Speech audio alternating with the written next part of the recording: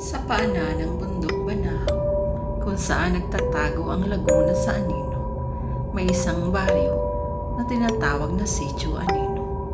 Baryo ng mga bulag. Hindi ito basta baryo. Ito'y isang sumpa. Bawat isinisilang dito, walang kahit anong liwanag na nasisilayan. Ang sabi ng matatanda, may isang mangkukulam daw nagtanim ng itim na orasyon sa lupaing ito. Kaya't ang bawat henerasyon ay kinakain ng dilim.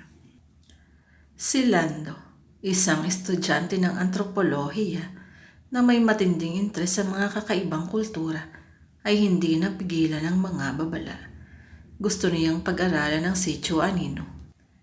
Alamin kung paano nabubuhay ang mga tao sa kawalan ng liwanag. Pagdating niya sa baryo, sinalubong siya ng nakabibinging katahimikan.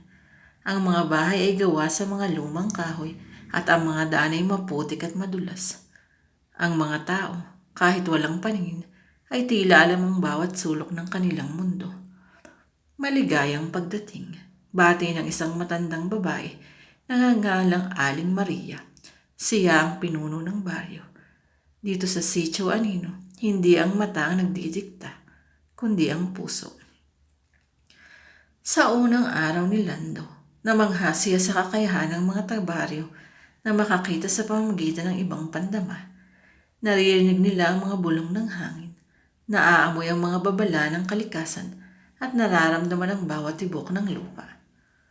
Pero habang tumatagal siya, may napansin siyang kakaiba. Tuwing gabi, may naririnig siyang mga bulong na hindi maintindihan. Mga boses na tila nagmumula sa ilalim ng lupa. Mga salitang hindi niya kayang tukuyin. Isang gabing hindi nakatulog si Lando. Ang mga bulong ay mas malakas kaysa dati. Nagpasya siyang lumabas at alamin kung saan to nanggagaling. Sinundan niya ang mga tunog hanggang sa makarating siya sa isang lumang balon sa gitna ng baryo. Nang sumilip siya sa balon, nakaramdam siya ng matinding lamig. Ang mga bulong ay mas malinaw na ngayon. Tila may nagbabasa ng itim na orasyon. Biglang may humawak sa kanyang paa. Huwag kang makinig sa kanila, bulong ng isang boses. Lumingon si Lando at nakita niya si Aling Maria. Sila ay mga espiritu na gustong kunin ang iyong kaluluwa. Sino sila? Tanong ni Lando. Sila ang mga dating naninirahan dito. Sagot ni Aling Maria. Sila ang mga biktima ng sumpa. Gusto nilang ibahagi ang kanilang dilim sa lahat. Hinila ni Aling Maria si Lando palayo sa balon. Dinala niya ito sa isang lumang simbahan sa dulo ng baryo. Doon ipinakita niya kay Lando ang isang lihim na altar. Dito namin kinakalaban ang sumpa, sabi ni Aling Maria. Sa pamamagitan ng panalangin at pag-aalay, pinipigilan namin ang mga espiritu na lumabas. Pero huli na ang lahat. Ang mga bulong ay naging mga sigaw. Ang mga espiritu ay nagpakita ng kanilang tunay na anyo. Mga nilalang nagawa sa dilim at kalungkutan. Sinugod ng mga espiritu ang simbahan.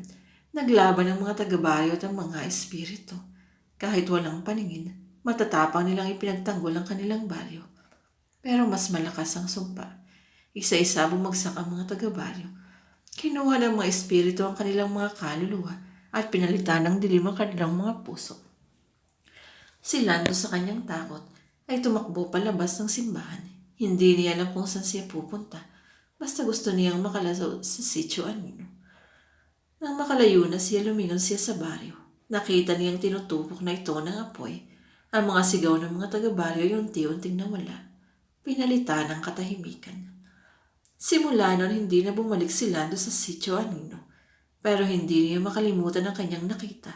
Alam niya ang baryo ng mga bulag ay hindi lamang isang lugar ng kawalan ng liwanag, kundi isang pintuan patungo sa isang mundo ng dilim.